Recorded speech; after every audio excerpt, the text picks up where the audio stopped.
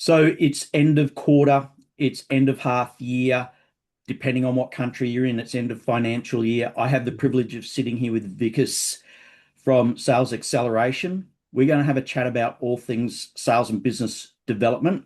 We're hearing in the marketplace a lot of sales teams struggling with their pipeline, struggling with sales conversion, and there's potentially some big missed opportunities in how they're going to market. So that's really the framework for a conversation with Vikas. We've both got about 30 years of experience each in frontline business development. So, Vikas, would you like to give our listeners the sort of backstory of where you've been, where you are now, and the work that you're doing in helping SMB, SME businesses actually helping their sales teams grow and scale and be successful?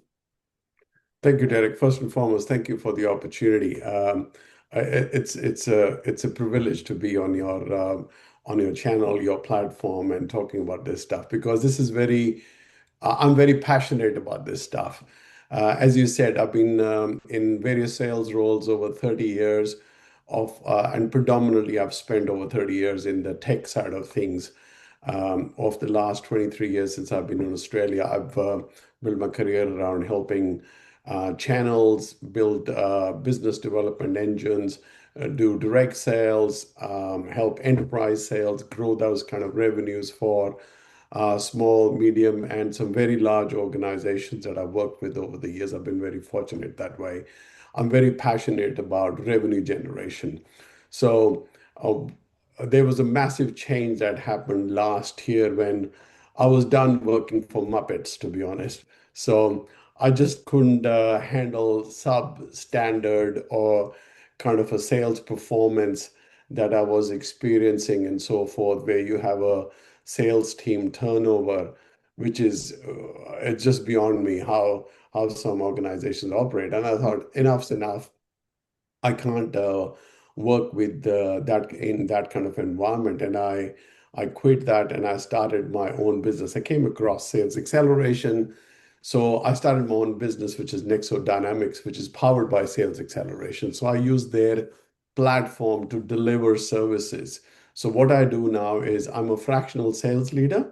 I help small, medium businesses have a structured, scalable revenue growth. So some record-breaking sales that they can achieve by adopting that more structure and bring that discipline with the organization, which I'm used to from working for large enterprises. Because what I see with these small organizations is they don't really have the sales infrastructure. Yeah. They don't have that pipeline generation tracking mechanism. They don't really understand how to measure the sales team success and how to incentivize them properly and so forth. So that's where I step in to build that infrastructure and then actually drive that revenue engine for them. So where I'm the sales leader, I'm the outsourced sales leader. So I generally target organizations between $3 and $50 million, generally, who are either building a sales team or they want to bring maturity within the sales team. So I step in as a sales leader there. So when we first met, we were actually connected via referral via one of your colleagues, and that Yes. first conversation we had, we went pretty deep and pretty hard at some of the challenges of working in corporate, getting results. But they were all principles based. So the big takeaway from what you just said was like we've both experienced corporate decision making, which has been top down, and if you don't get the strategy right, Correct. then it doesn't matter what tactics and activities that you apply, and your activity metrics are not going to hit your number, right? And even if you do get the strategy right, if you don't get the tactics right, if you don't get the activity right, you might have a great strategy, still not getting great results. So you got to sort of get all three of those. And at the corporate level, there needs to be some really tough decision making from the top down because at the end of the day, the top down owns the results, right? So Correct. if they're driving a strategy and forcing a level of activity and tactics and the results aren't coming, and to your point, that experience, I had the same experience as you with sales team churn, SDRs and account managers and management all churning over, then that's got to be a strategy and tactics issue that leadership own. but Mhm. you're bringing that experience and the ability to avoid those challenges into small business so they can effectively start right first time, start right. Yeah, so they got to be cohesive. They got to work together. Yeah. So it shouldn't be like they're all done in silos. They have to work together. So that's we got to bring all those the strategy piece, the operational, the tactics piece, and then really driving that behavior. Yeah. Everything should come together. So that's the biggest challenge. A lot of organizations I see, small medium businesses, rather than fixing the what I call it as a sales infrastructure or this operation overlay, they try and go for lead generation and they don't get results. And I Mm. say, why are you spending money? Because you don't even have a lead process worked out. You don't have a sales process to begin with. You've not trained the people you don't have a playbook. Yeah. People are not talking the same language. Hence, you're not getting results, Matt. It's pretty straightforward. But Yeah. small, medium business owners, they just want to get a quick win, run a campaign, and do this without really sorting out their own infrastructure, what I call it. Yeah. And we see a lot in the marketplace where the market educates business owners and marketing and sales teams to run in a direction that serves their business model. So you get into all these complex systems, processes, operations, and they're all designed for scale. And because it's complex and you require services and you're paying a lot of money for them. And I don't know what your experience is, but a lot of the small to medium-sized businesses that I sit down and talk with, we go, okay, what's your actual delivery capacity? If Mhm. you had a if you were maxed out with your delivery capacity, how many clients could you actually um, service? And yeah, Absolutely. Yeah. and it's like a handful. It's a modest number in the big scheme of things. So you go like, why are you doing all this cold outreach? And I'm not anti cold outreach. I'm anti bad cold outreach, and I'm really anti scale. But it's like, why are you doing all these really complex, really expensive, scalable marketing and sales processes when you've got a relatively more small number? If you sit down and focus and be hyper targeted and to your point, put in place the systems and processes and the value proposition, then your job should be a lot easier without all that Correct. expense and complexity. It's funny that you say that, Derek, because this reminds me of a meeting that I had recently I won't name them, it's with an MSP here in New South Wales. I sat down with them, with the leadership team. Long story short, they lost a couple of their salespeople over the last 12 months, and business really isn't growing. So once we were talking about it, and I said, hey, why aren't you growing into this and this area? Why aren't you tapping into this particular town, city? Because it has got way bigger businesses, which you should be targeting. And they said, oh, we don't have the capacity. I said, so if I was to grow your business by 30% over the next 18 months, what's going to break first? He said, and the owners were pretty open. They said, we will not be in a position to service our clients. So I said, why don't we fix this before we go into the lead gen side of things? Yeah. Right. And by the way, tell me why did you lose both of your salespeople in the last one year? So what went wrong? It was due to the infrastructure wasn't there. Mm. Mind you, this organization, which is a very common problem in small and medium businesses, they're relying very much on a renewal business and with some upsell. They're not winning new logos. And it's a sinking ship because you're not going to renew 100% of your clients. If Mm. you're losing some of them and your only way you're growing is by a CPI increase every year, that's a wrong strategy because it's Yeah. hard for MSPs to differentiate themselves in that fashion. So you got to really be focusing on driving new logos and so forth and have that strategy down pat and execution. And you got to be feeding your sales team as well while you're asking them to hunt. So Yeah. Yeah, exactly. And or you've got to actually be, if they are out hunting, you've got to put them point them at the right species of animal that you're going after. And correct. arm them and equip them appropriately to go and hit that target, right? So, I often talk about, the untapped opportunity cost sitting in existing client bases and existing networks, because it seems to be that business nowadays, SMB, SME, are so hyper focused on the next cold lead, and they're setting in all these cold marketing strategies. And you do need outreach. I'm not going away from that. As far as social media platform advertising, well, that's a whole other story. If you don't have a funnel that absolutely converts, then you shouldn't be spending money on ads. It's just expensive, ineffective branding, right? Correct.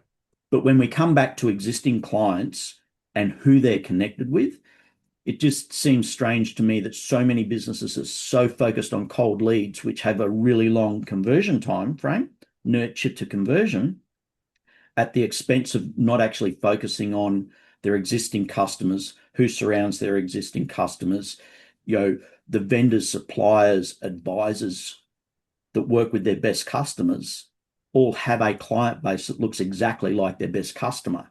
Hmm. So, the lack of real strategic referral networking or referral marketing into existing business networks, that's where we see the biggest opportunity costs. I don't know what you're seeing in the marketplace around that, because I know Sales Acceleration does do a lot of work on around it and focused on referrals as a growth strategy. Yeah, absolutely. So a couple of things you mentioned. I want to start from the fundamental thing for small, medium, or any organization is understanding your ICP, your ideal client profile. You got to really nail that down because you Mm, got to go after that. Because as we were talking last week, um, a classic case that comes up, another client example. I love to give examples because it's easy for people to understand from examples, right, rather than theoretical stuff. mm, This client got me in for a meeting and they said, "Oh, we got to fix our sales conversion." I said, "Tell me more. What's the thing is?" So they said, "We're generating 100 leads a week, but we are not converting them. We're not getting the result." I just couldn't believe it. I'm like, "Hang on, could you repeat that again? mm, Is that 100 leads a week or a month, quarter?" He said, "A week."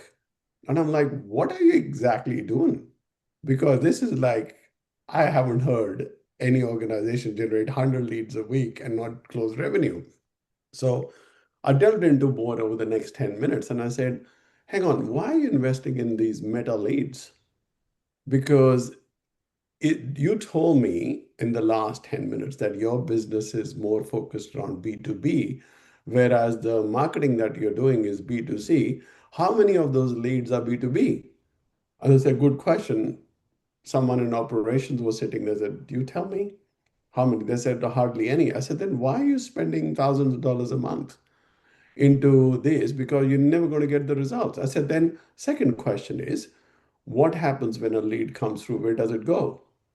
Oh, it goes to our sales team. They're actually not sales team, they're operations team. mm. They handle customer service calls.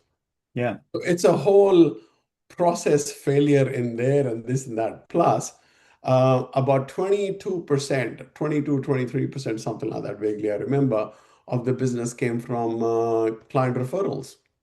Mm. And I said, so they are B2B referrals, or they said no, they're more B2C than B2B. And I'm like, guys, you're you're all over the place. You Yeah. really have to sort it out before you put your people behind this, because number one, again, the biggest problem was none of the guys who were handling those so-called leads had a call scripts. They didn't have a playbook or uniformity in messaging and so forth. So And, that and business is going for 30 years, and you wonder why your revenue is not closing. yeah. And the thing is, if you don't have the informed leadership decision making by asking the tough questions and Mhm. owning responsibility for the answers to those tough questions, then you can't make good informed decisions. So you're forcing people to really analyze what they're doing so that they can actually have an honest conversation with themselves, so that then they can make an informed decision moving forward. Because to your point, it was like, yeah, well, firstly, they were the wrong leads going to the wrong person, but then You get a wrong marketing qualified lead and you bombard your sales team with poorly qualified leads. Now, even if you give your sales team the right script, you've still given them the wrong lead. So now you're just burning their time, energy, and motivation by putting them in front of the wrong people. So you need each of those sort of three checkpoints to be ticked off and validated and done. So yeah, the strategy, the tactics, the action from a leads perspective. So that's I'll really go, yeah, Derek, so I'll go one step further. I said to the client, these are not leads, they are contacts. yeah, So contact need to be put qualified so that they become a lead. And then from lead, you become a suspect and a prospect and so forth. That's the yeah, process. yeah. So unless you know this, and this is typically a problem with owner-led businesses where the businesses has been at a certain stage, either you're an MSP or a non-MSP or could be any business, you've got the business thus far, and then it's stagnant, it's not growing further because you haven't really followed this. You haven't got a specialized sales manager or salesperson running this or managing this for you because a lot of these MSPs are techies. They're great at building a product or a platform or a service for that matter, but they're not salespeople. So they Mm, got to understand this is a guys, we got to leave it to the specialists because when you build that platform, did you hire somebody from school to do this? Or did you hire a marketing person to build your technical platform? No, you actually had engineers and developers doing that. So mm. let the sales specialists do what they need to do from that perspective, just like others. When you're doing the deliveries, you're going to have your solution architects plus your professional services team doing services. So it's just the way, the nature of things, how they are. Yeah. And just for the context of our viewers or listeners, managed service providers or MSPs, they have exactly the same challenges as all B2B businesses. Whilst their product and service might be different, the impacts, the principles, the strategies, the tactics, they're all relevant across any B2B. So I sort of don't want people to lose sight of that. And to your point, Vikas, there's key points in the in the contact list building process, lead qualification process, appointment sales process, that if you look at the gap from one step to another, it's Mhm. like there's your analytics point. And there's really, we often find that for SMB, SME businesses, you ask two or three pointed questions in those gaps, and you can really get to the crux of the problem or the solution rather than sort of overcomplicating and overblowing the process. Like, okay, we got leads in, and those leads are going somewhere and they're not converting, or contacts, they're going into a list, they're being nurtured, they're not converting into leads. Are they the right leads? Are they the right contacts? And yes or no, are they properly qualified? And if the answer is no, then that's the problem you need to fix before you worry about anything downstream, because there's the foundation of your first problem. And then, okay, we've Absolutely. got the leads and they're getting into appointments, and we're getting to appointments and we're getting to proposals, but we're not getting to close. Well, Because it it's inflates a pipeline which is not real. It is fake. And I did put a LinkedIn post yesterday around this stuff as well because I had a meeting last week and it was very sad actually. It was a very sad meeting because it's an entrepreneur who's really struggling at the moment and it's been very tough year for them and they're at a stage that they lost a big client. I'm trying to protect the client, the privilege of this thing, it's so that I don't say mm, more. Just think of it. They had good 6 months last year, last financial year in Australia, and then now the business is at a point that they need to get rid of people. It's going to be more than half the staff they need to get rid of because they lost a contract and this and that, and they did not build any new clients over the last couple of years and so forth. They were just going on some renewal business with some upsell. The challenge was the pipeline that they showed me because I was trying to help them get an investor, chip in because they've got a solid pipeline. The sad part there, Derek, was when I reviewed the pipeline, I said, I'll do this complimentary for you. I'll give you a couple of hours of my time. I'll go through your pipeline so that you can show it to the investors how much you can bring in over the next 6 months so that you can salvage this business and not get rid of a lot of people because they were very emotional with that. Mm. Mate, when I went through the pipeline, I with whatever answer questions I asked, 75% of the pipeline was bullshit. Yeah. Pardon my language, it was just bullshit. I said, not going to happen. Yeah. It's just there. There's no depth in it. There's no certainty. Now, all that stuff, nobody understood when's that going to close, why it is this, what's a compelling event, why the client is going to buy in the next quarter or so forth. So, and the owner, being lady, she started crying. It was tough. And I'm like, I'm really sorry.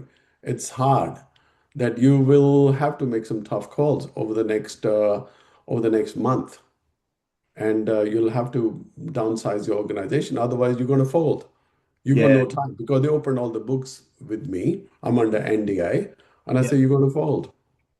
Yeah. Yeah. And this then comes down to unlocking the value in existing networks, right? Because you don't have a big marketing budget. You don't have time to go chasing all these cold leads and nurturing them. So it's like, how do you rally the troops around the resources and networks and community that you have, and then structure a value proposition that actually can open up new business with a faster sales cycle, higher conversion rate, which is typically Referral what network. comes with referrals, right? Correct. Absolutely. Mm, Absolutely. Because with referrals, for example, for my business, I network heavily and I make connections with fractional CMOs, fractional CFOs, fractional HR people, fractional uh, you call it accountants, and then exit planners and so forth. Same goes for any organization. They say you go into those chamber of commerce or other networking places, build those referral connections because those referrals are going to refer a client to you as a qualified opportunity rather than you doing the following the whole cold call process and doing it that way. That's why referral partner strategy should be top of your mind. yeah. I'm not saying this should be the only thing. This definitely needs to be on top of your mind while you're building the end user side of things. I don't go and hunt for new end clients. I Mm, rely heavily on leads and opportunities from my referral partner network because that's the strategy of sales acceleration as well. That's the whole point of doing this is that doing it that way because they already have a client who they build trust over the years. When they're bringing you in as a specialist for in my case as a sales leader, that there's more weightage in mm, there. So yeah. I go straight speaking with those as a trusted advisor or an individual. Whereas if you're going cold from a lead to building this rapport, your conversion rates are not going to be this strong. You have Yeah. I've got about, I would say, I would close 2 out of 3 Yeah. easily if I get good referral opportunity. I don't lose many; they just get pushed away because of the economic conditions and so forth, which is natural. Yeah. But it's not that I lose a lot of deals. It doesn't go that way. Yeah. And there's a couple of key points that you mentioned there that I just sort of want to highlight. It's like referral, and I'll position this by qualifying what we see as referral marketing versus what most people do as business networking, which is ad hoc and unreliable because it's not systemized, right? Mhm. So we talk to our community and our clients about focusing on referral partnerships as your business networking strategy rather than going out to business networking events expecting somebody to send you a client. Because when you get a referral partner and you've got a referral partner program framework model, Correct. then that referral partner can refer you lots of clients and they're all trusted relationships. And because you've identified who your ideal referral partners are, you've got a value proposition for that referral partner that's key to their core business. now you're very attractive to engage with. And I know that you know this because you've seen this a lot in the enterprise level, Mhm. which I've got a question coming at the back of this for you in a second. But it's like, do your networking looking for referral partner networks and building your referral partner ecosystem, not just for your own business, but referral partners you can introduce to other people in Other, your. that's what. It's Correct. that ecosystem. It's Correct. not just me one, because in an ideal scenario, the referral partner I'm speaking to, they are getting referrals through their ecosystem. It's always good to actually give it back to them first. It has, and then get their referral partners referred to you. It's that whole ecosystem. Yeah. It's not about one opportunity. It's that building that peer group, that ecosystem between partners so that they all talk to each other, they have that trust, and they're able to refer their own very close client to somebody Yeah. if when the time is right. But they got to really understand each other's business, understand each other's value proposition. That's how they're going to do it. The value proposition, I love that, right? Because at the end of the day, instead of going to networking events with the mindset of I need to get prospects, it's like go to networking events with a value proposition that you feel really comfortable with for the right partner, and then go and find those right partners. And then you've got a journey that you can take them on because you've got structure, you've got strategy, structure, and a process. So I love that. One key thing I'd really like to get your thoughts on, and that we've both worked in channel at enterprise level. It's very complex. It's very high tech, big data driven, Mhm. and there's typically dedicated high cost headcount. That's the enterprise version of running channel and partner programs and that sort of thing. Refer you to and referral marketing ideas works on the principle that every BDM can be a fractional partner manager. Every account manager can be a fractional partner manager. Every customer service person can be a fractional partner manager.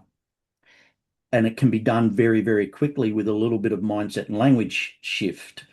Um, but but I'm keen to understand from your perspective what you know from the complex world of enterprise and how you simplify that into SMB, SME systems, processes to go to market, because it's a really powerful model that has been missed by SMB, SME from our experience due to complexity and cost and headcount.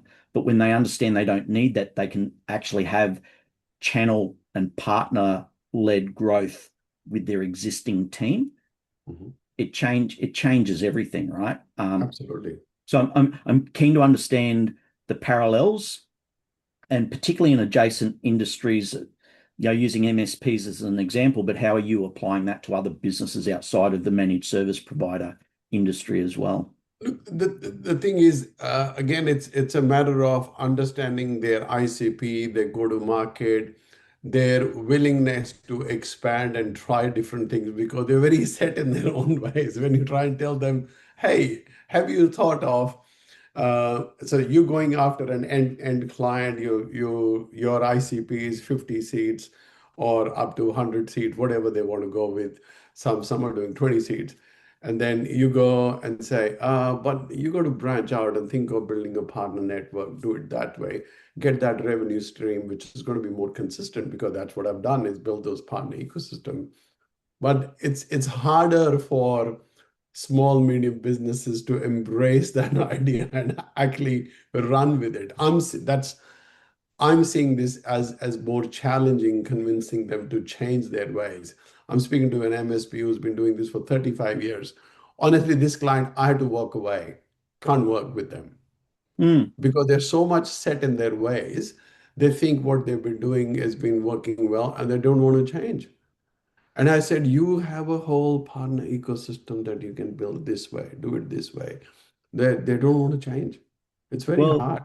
well, and that's really interesting as well.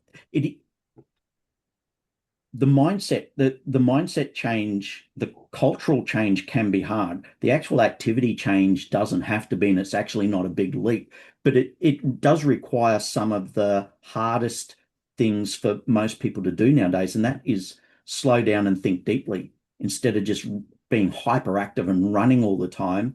But to your point, markets are changing really, really quickly. And if you sit still, if you're in a commoditized business and industry, you're getting run over. The end, right? It It's is, it is, it yeah. is. This whole AI shift that is happening, it's real. Mm, It is very much real, and it's impacting a lot of these businesses. And I hear every week there's one or two businesses who reach out to me from overseas to either they want their own AI service to be sold or this and that. And you just say, what is your differentiator? They say, oh, we are the only ones doing it. I said, mate, last week I met somebody. Here is a link. Go through it, check it out. And they say, oh, very similar. You say to MSPs, you say, what is your real differentiator? Tell me. You want to do this, anything that is repetitive or something, just move it. Embrace AI and let that go. Other stuff, be innovative. yeah. Try this. Try And different ideas. yeah. And take the time to sit down and package up a value proposition that's not tied to your core product and your core service. Because as soon as you're just core product or core service based, you are straight away you're in the commodity play. And to your point, I use the zebra analogy. Mhm. Seth Godin used the purple cow. The challenge with cows, they come in all different shapes, sizes, colors, species, whatever, right? They're all cows, but there's lots of different ones. When you're talking about zebras, they're all black and white. Mhm. They all have a unique fingerprint. So they are all unique. But as soon as you start putting them together, and this is your market and this is your competitors, as soon as you start putting them together, they all look exactly the same. Now, from a prey species perspective, that's really good because your ideal customer being a lion, right? Well, it's a problem, right? Lions, it confuses them. They can't tell one apart from the other. And then you put them in a group and they get confused, right? So if your client is a lion and you're just one of those zebras, your website looks the same, you're saying the same thing as all your other partners, you don't have a different value proposition to all of your competition, then your target client can't tell you apart from your competition. So it's really about, you use the word value, and it's about value packaging to differentiate from your Correct. competition. And then you become an orange zebra. I always use the orange zebra because an orange zebra in a herd stands out like there's no tomorrow. So, how do you package up your value in a way that's not purely product, service, feature based? And there's your winning strategy, right? Yeah, you got to understand your ICP, what your differentiators are, what your value proposition is, put a nice playbook in, have a consistent messaging, top down, everyone singing the same song.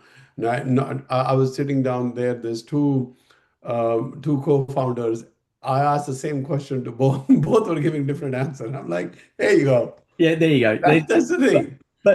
Hey, we in marketing we call that split testing. Which one's winning, right? And it's like, oh no, no, he's the technical head. He runs the platform, he runs the service. I'm more of a CEO and I'm more of a salesperson. I'm like, my point is you should both be singing the same song. It is your own business.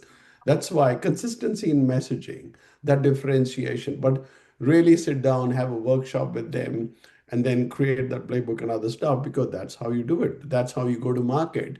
That's how you're going to actually win and keep your customers for longer. Because you can measure it. You've got the systems, processes, operational platform, the metrics, the know your numbers, right? That Mhm, you can measure it and you go, okay, well, what does a tweak in lead generation of the right leads mean to our business? What does adding a new partner who has X number of clients in their network mean to our top line revenue? mhm, But you can then measure this and you go, okay, well, what's our conversion rate?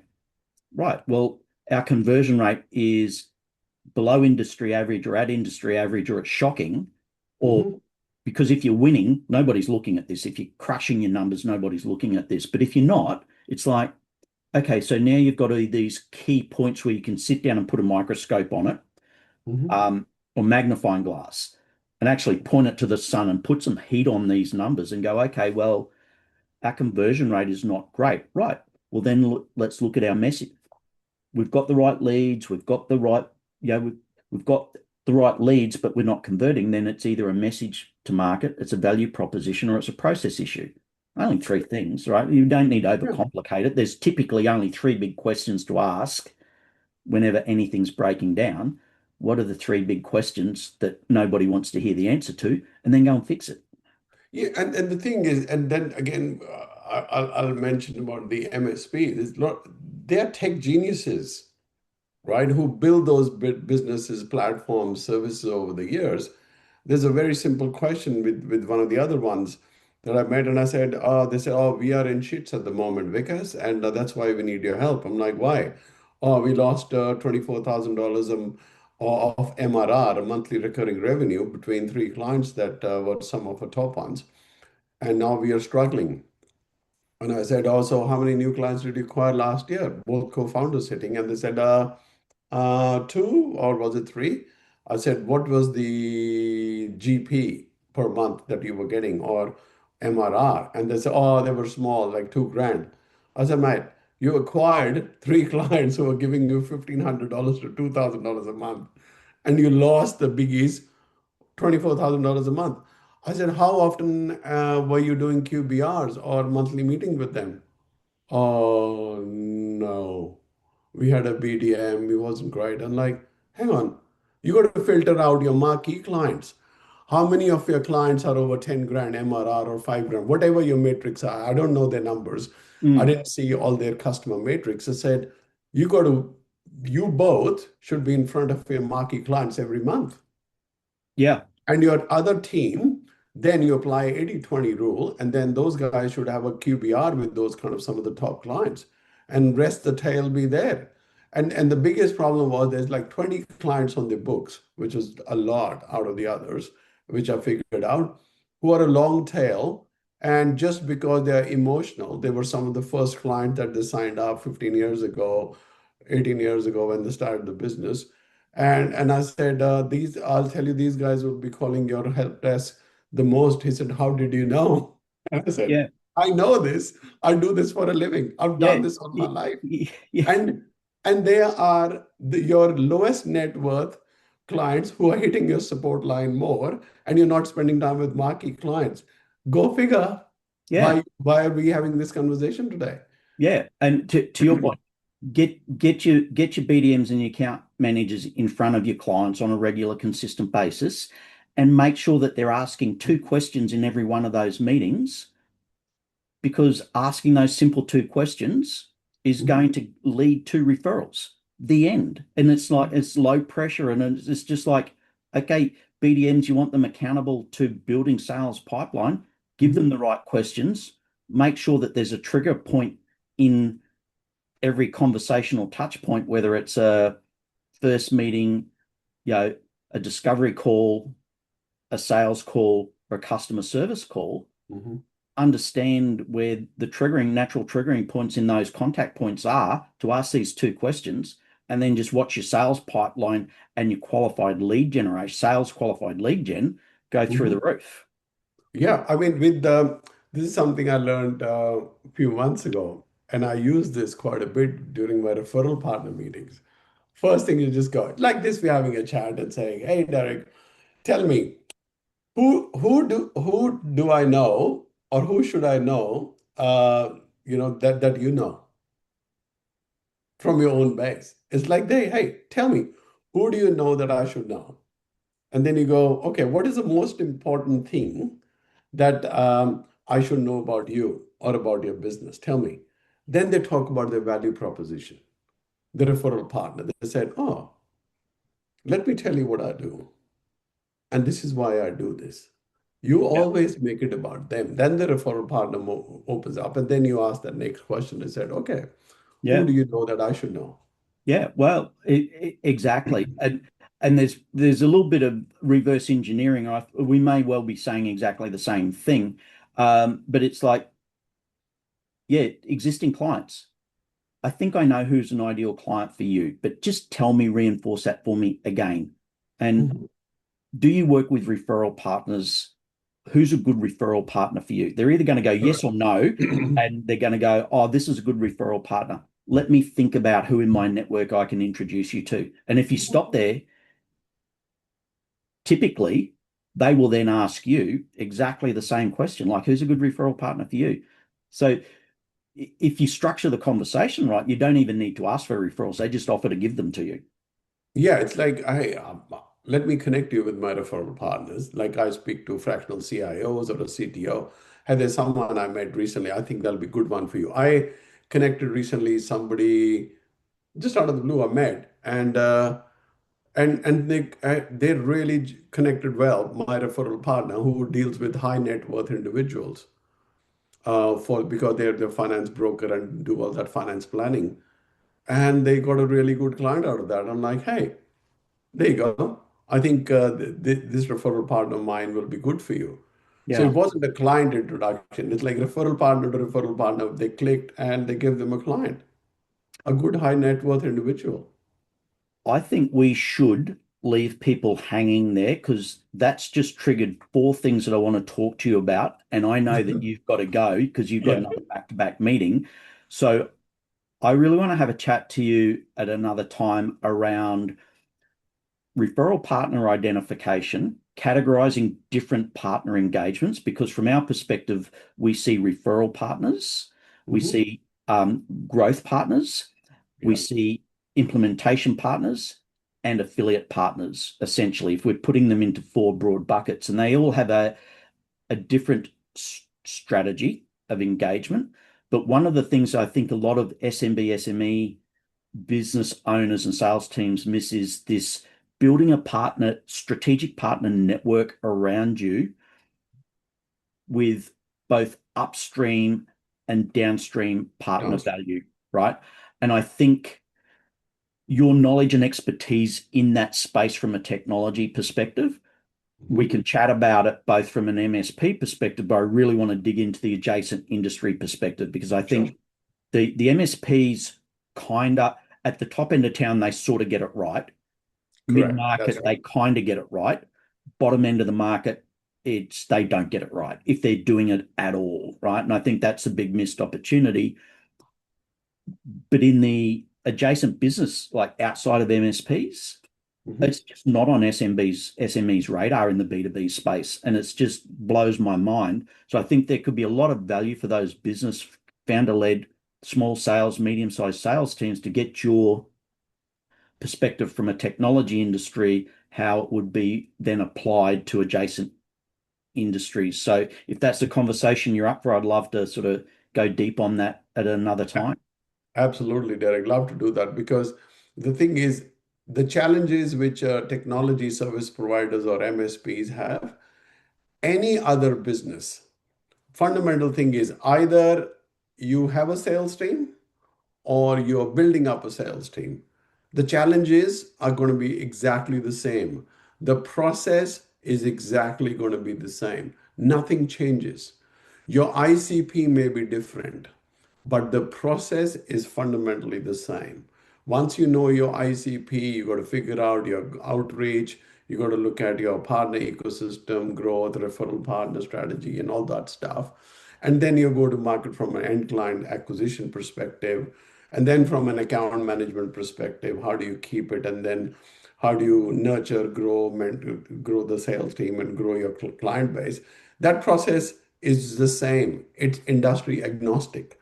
Why I was talking more about MSPs because of the nature of business that I've been speaking with mostly, but I'm now speaking with some all different aspects of industries, whether I'm talking to a commercial cleaning company or whether I'm talking to a courier company or whether I'm trying to help out a not-for-profit organization and so forth, healthcare.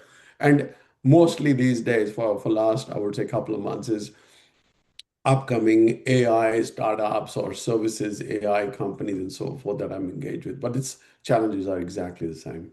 100. Well, when it comes to AI and AI consultancies, it's probably exemplified because a differentiator, it's such a noisy, crowded market. They probably even the tactical go-to-market challenges probably becoming exponential.